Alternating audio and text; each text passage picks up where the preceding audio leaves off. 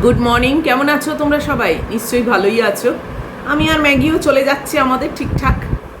আর এখন তো বড় মেয়ে আসবে, সেই জন্যে তো একটু এক্সট্রা এনার্জি আছেই। আজকে হচ্ছে স্যাটারডে, শনিবার, আর এখন বাজে 7টা বেজে 5-6 এরকম।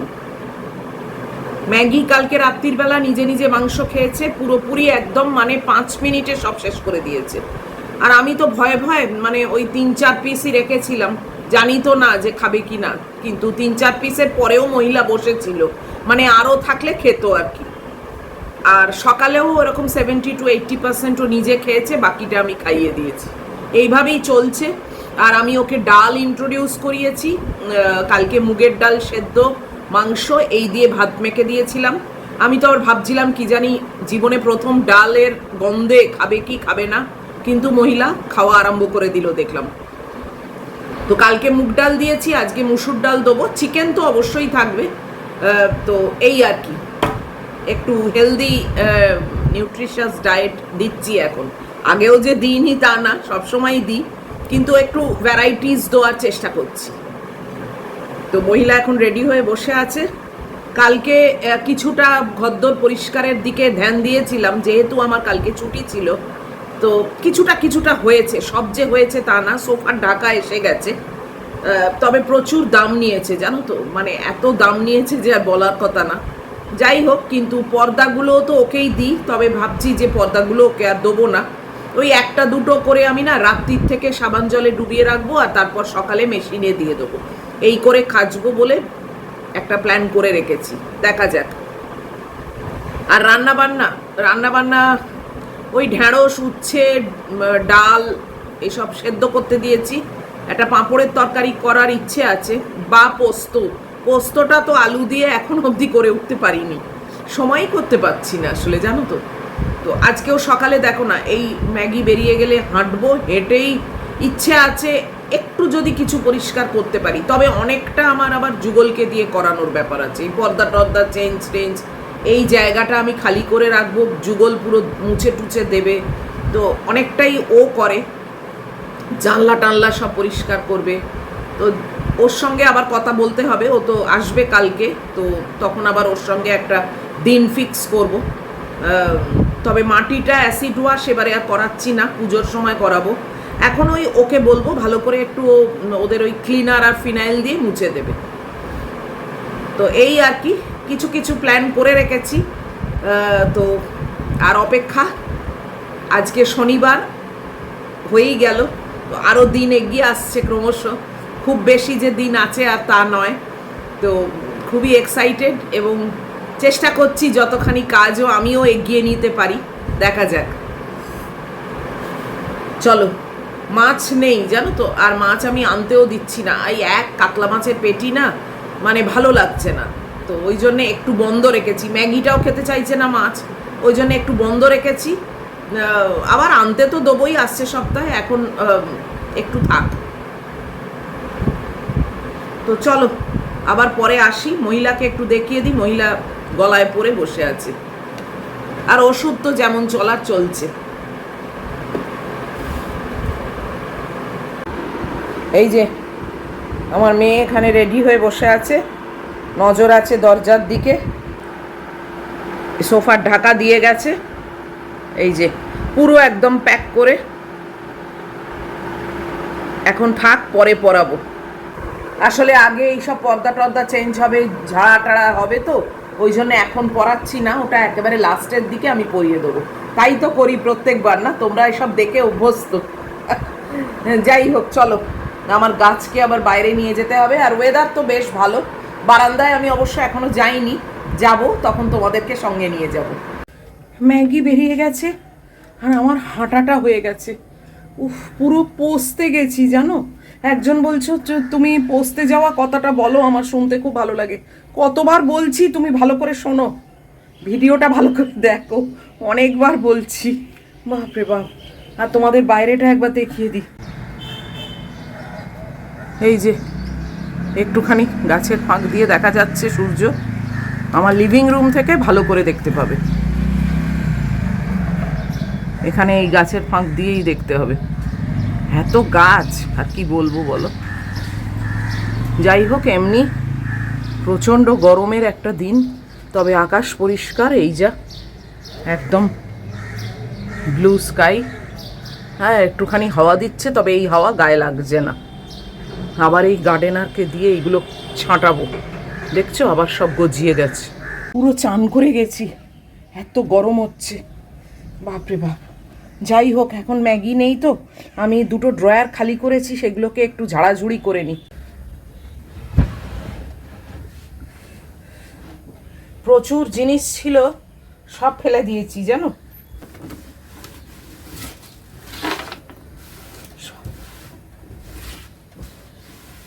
প্রচুর সব ফেলে দিয়েছি, দিয়ে এবার এই ফাঁকা করেছি, এখানে সব রাখবো জিনিস।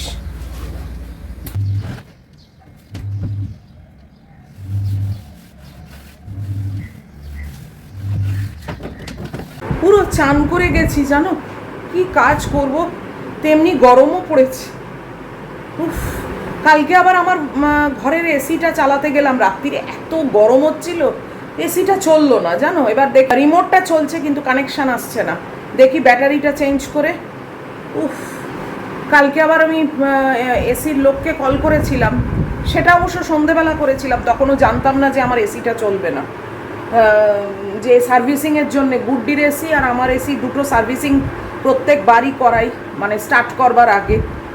ভদ্রলোক অফিসে কাজ করছেন, উনি প্রচণ্ড ব্যস্ত। উনি বললেন এই সানডেতে আমার পুরো বুকিং হয়ে গেছে সব, আবার নেক্সট সানডেতে আপনি যদি কনফার্ম করেন তাহলে নেক্সট সানডেতে আসবো। তো আজকে বলবো হ্যাঁ আসুন, দেখি আমার এটা চলে কি না। আর চললেও একটু সার্ভিসিং আমি করাই, প্রত্যেকবার সার্ভিসিং করালে তবে না মেশিনটাও ঠিক থাকে। বাপরে বাপ, আর পারা যাচ্ছে না, এক্ষুনি ম্যাগি এসে যাবে। এই যে সোফার ঢাকাগুলো দেখো, একদম পুরো প্যাক করে এসছি, চকচকে করে দিয়েছি, ড্রাই ওয়াশ করেছে তো। কিন্তু ভেরি এক্সপেন্সিভ, কোনো মানেই হয় না। মহিলা এসে গেছে, এসেই জল খাচ্ছি। আর হবে না বলো, কি গরম পড়েছে, ওদেরও তো গরম লাগে। এই তো পরশুদিন চান করিয়ে দিলাম। চলো,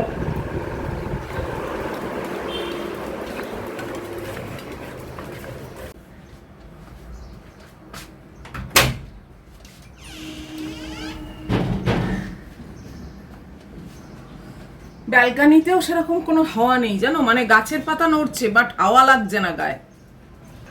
মেশিনটা শেষ হয়ে গেল, তাই ভাবলাম যে জামা কাপড়গুলো দিয়েই বসি, কাজের কোনো শেষ নেই।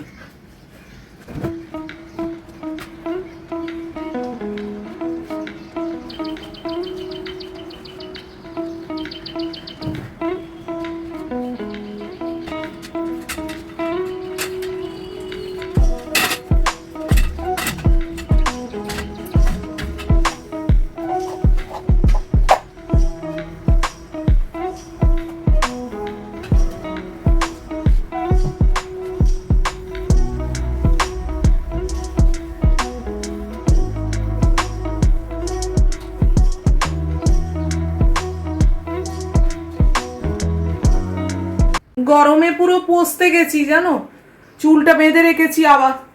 উফ, কি গরম হচ্ছে কি বলবো। এই যে তিনটে গ্যাসে তিনটে চাপিয়ে দিয়েছি, আর রান্না বলতে শুধু একটাই আইটেম, সেটা হচ্ছে পাঁপড়ের তরকারি, আর কিচ্ছু আমি করব না।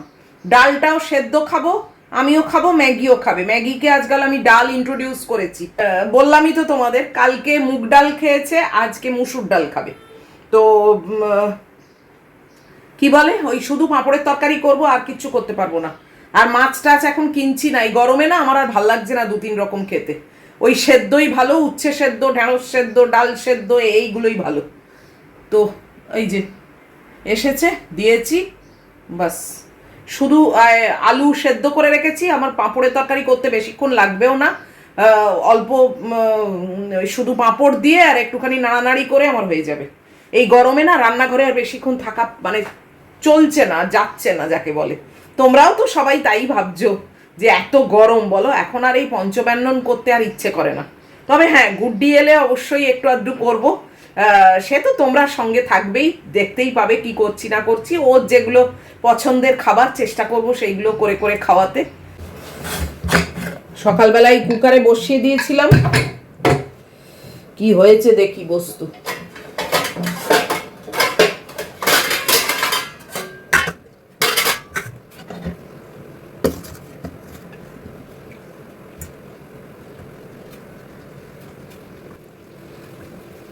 বাস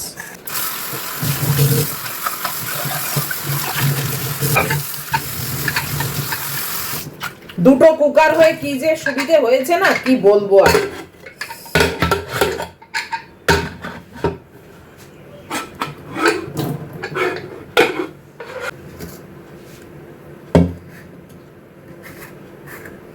গরম আছে বাপরে।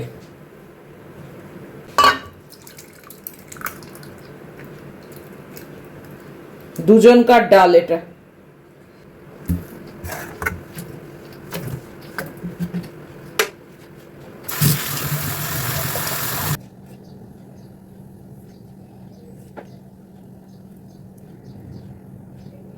আলুটা সেদ্ধ হয়ে গেছে,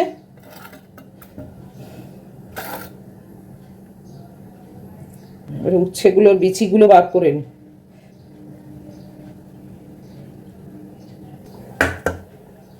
তেল নুনটা পরে দেবো।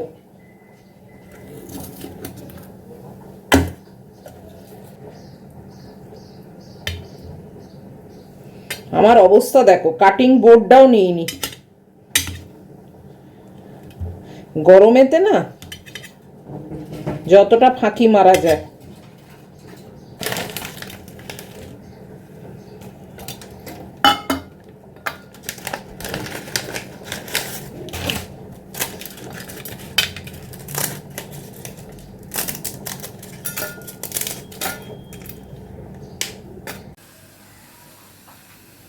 আরম্ভ করে দিচ্ছি।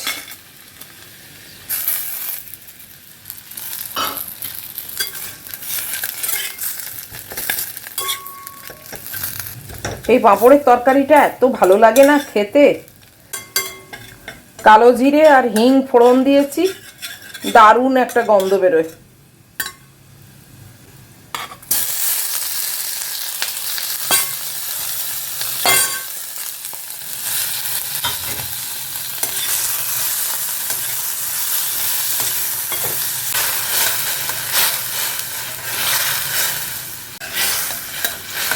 শুধু হলুদ আর নুন, এই ছাড়া আমি কিছু দিই না। আমার মা কিন্তু এতে সর্ষে বাটা দিত, কিন্তু আমি না দিই না। আমার এরকম প্লেনটাই খেতে বেশি ভালো লাগে। তোমরা চাইলে দিতেই পারো।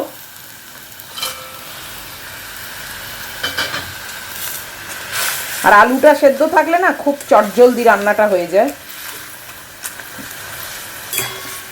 পাঁপড়গুলো ভাজবার সময় একটু কেয়ারফুল থাকবে, পুড়ে না যায়। পুড়ে গেলে গেল। আর ওপর থেকে একটু কাঁচা সর্ষের তেল ছড়িয়ে দেবে, দারুণ খেতে লাগে, দারুণ। আমার তো এখনই মনে হচ্ছে ভাত নিয়ে বসে পড়ি। একটু মানে এই গ্রেভি রাখবো, অল্প একটু, নাহলে না এটা পরে শুকিয়ে যাবে। পাঁপড় তো খুব জল টেনে নেয়। এই যে গ্যাস আমি বন্ধ করে দিয়েছি, এবার ওপর থেকে একটু সর্ষের তেল ছড়িয়ে দেবে। আমি সেটা দিচ্ছি না, আমি তো জানোই তেল খুবই কম খাই, তা আমি আর দিচ্ছি না। বাট তোমরা দিও, তাহলে কিন্তু দারুণ খেতে লাগবে। একবার ফাইনাল ভিউ দিয়ে দিই তোমাদের, যে আমার দুপুরের আজকে এই যে পাঁপড়ের তরকারি। এই উপস, সব পড়ে গেল, দেখেছো? ভিউ দিতে গিয়ে বেশি ভিউ হয়ে গেল, যন্ত্রণা। যাকগে, কিছু যে উল্টে যায়নি এটাই। এই আমার সেদ্ধ, এখানে ডাল। এটা কিন্তু আমাদের মায়ের ঝিয়ে দুজনকার, ভেবো না অতখানি ডাল মুন খাবে।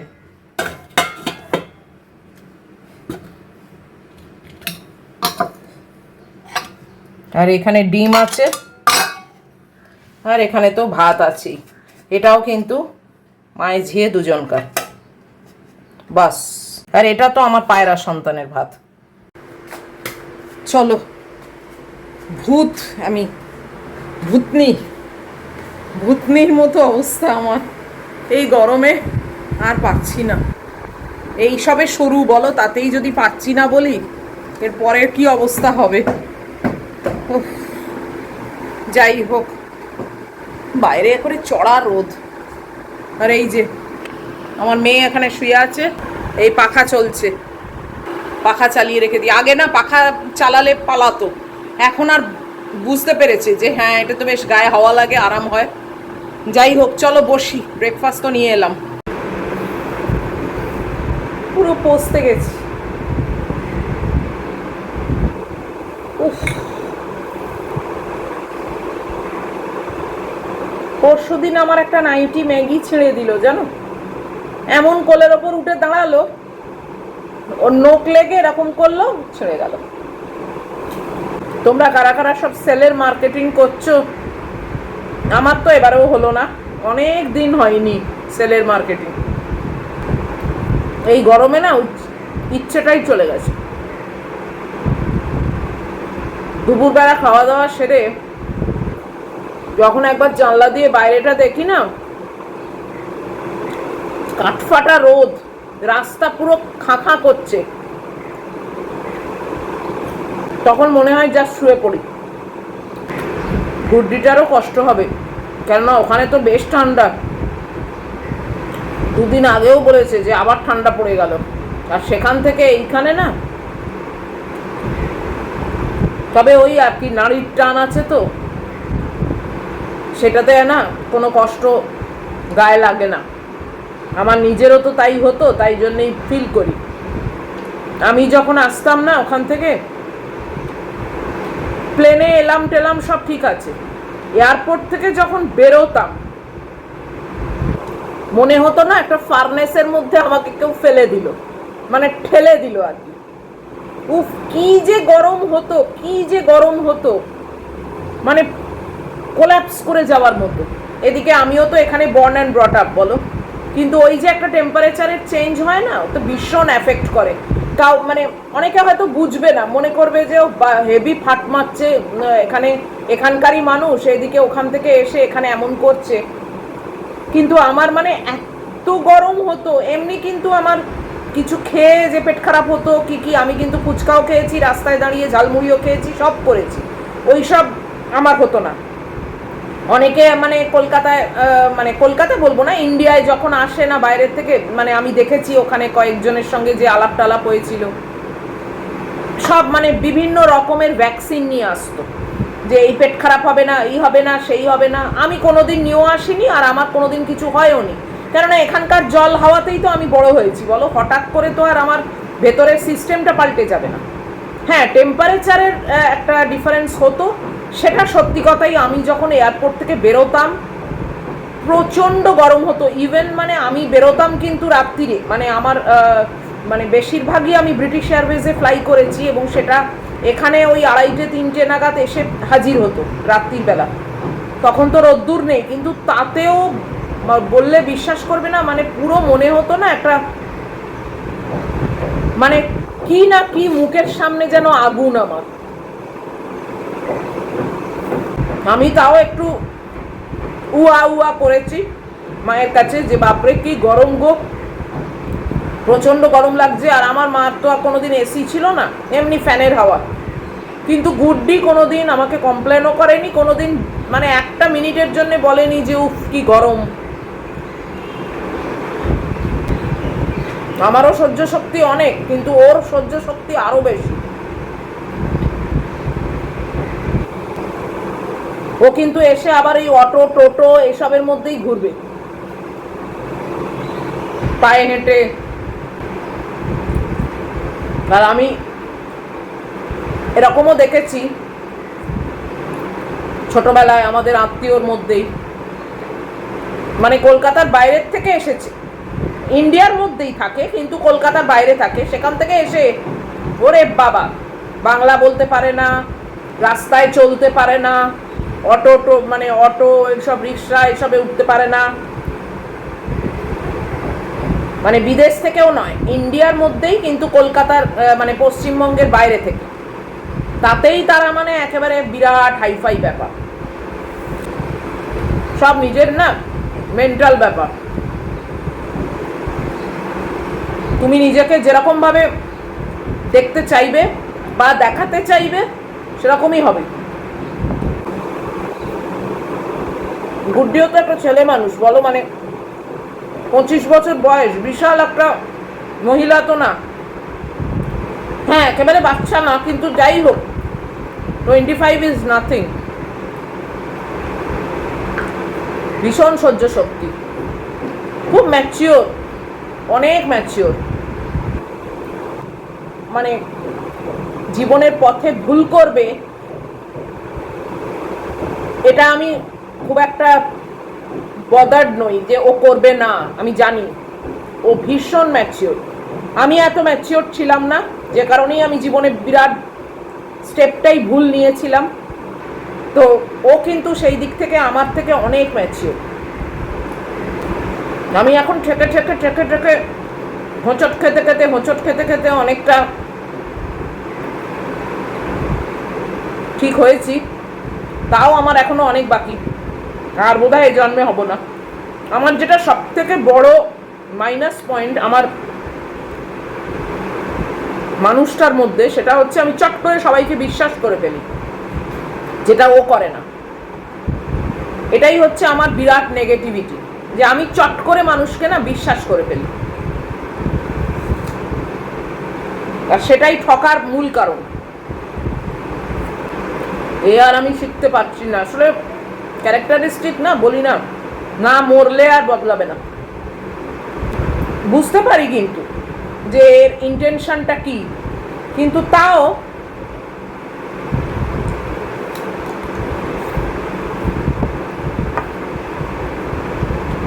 গন্ডগোল হয়ে যায়। যাই হোক, ভালো, এটাই আমার তো হয়েই আসছে, বলো, জীবন। ওর ম্যাচিওর থাকাটাই দরকার, ওর সামনে এখন পুরো জীবনটাই পড়ে আছে, আমাকে আর কে কি করবে? যার যা করার সব হয়ে গেছে, খতম। কত গল্প করে ফেললাম, তাই না? খাবে আজকে মহিলাকে মুসুর ডাল দেবো, জীবনে প্রথম খাবে মুসুর ডাল, চিকেন, রাইস। চিকেনেরও পোর্শন আমি এবার কমিয়ে দিয়েছি, কারণ এত গরম পড়েছে তো এক কাঁড়ি দিলেই ও খায় না। একটু কমের ওপর থাকুক, তবু পুরোটা খেয়ে নিলে নিশ্চিন্ত। খেয়ে নি সিরিয়াসলি, পরে আবার আসছি। বসো বসো, জল খেয়ে পেট ভরালে কি করে হবে বলো? চলো, এই যে ওর ভাত, মুসুর ডাল আর মাংস পাইল করা আছে, মানে হাতে মেখে দিয়েছি, মিক্সিতে দিইনি। খেয়ে নাও, খেয়ে নাও, নাও খেয়ে নাও। চলো চলো, না পেস্ট করে গলায় দিলে ভাল লাগবে না, তার থেকে নিজে খেয়ে নেওয়াটাই তো ভালো না? একটা দিক তো চুজ করতেই হবে, গলায় দিলেও ভালো লাগবে না, নিজে খেতেও ভালো লাগবে না, তাহলে কি খাবে? হাওয়া খেয়ে থাকবে? মানুষ সব খেতে পাচ্ছে না, সব হা হা করছে একটু খাওয়ার জন্যে। হ্যাঁ,